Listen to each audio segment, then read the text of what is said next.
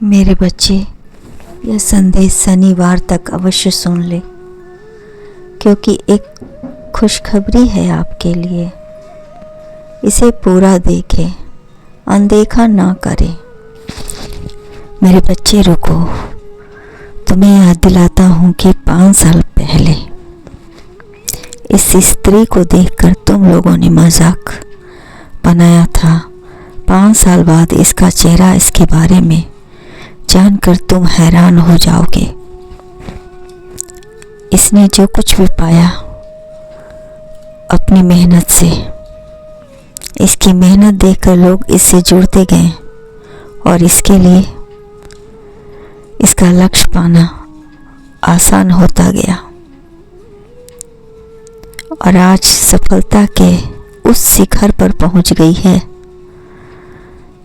जहां इसका चेहरा हीरे की तरह चमक रहा है और इसका चरित्र मानो किसी को अपने जीवन में खलल देखने की अनुमति नहीं दे रहा है।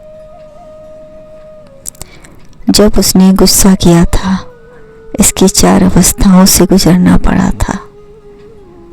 विचार, भावनाएं, क्रिया, प्रतिक्रिया इस समय इसके मन में जन्म ले रही है। और सपने से पहले इसने सोचा, शुरू किया अपने बारे में, फिर तय किया कि क्या करना है।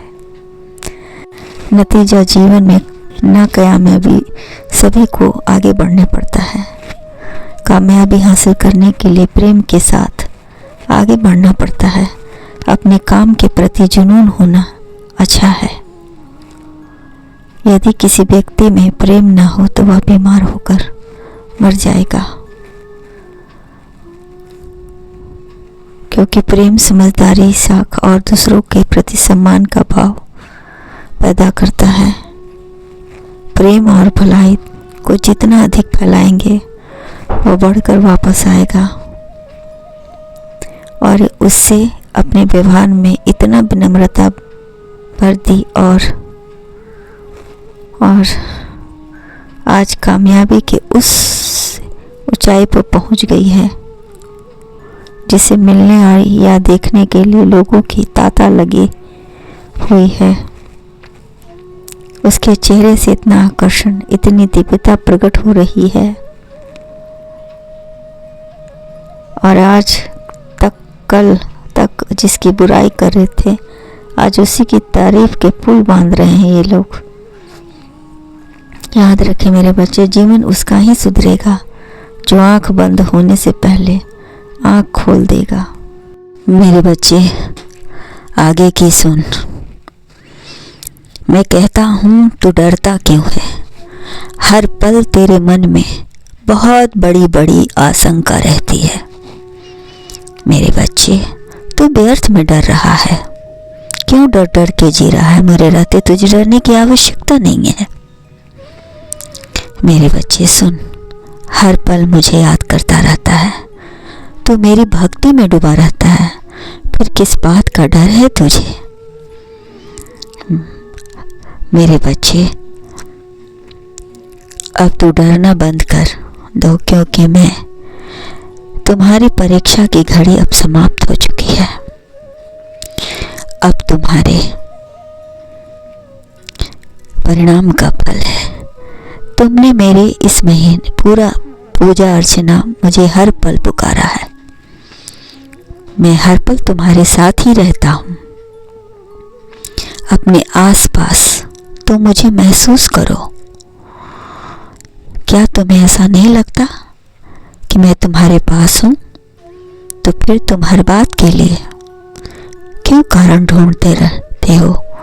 क्यों कारण पूछते रहते हो?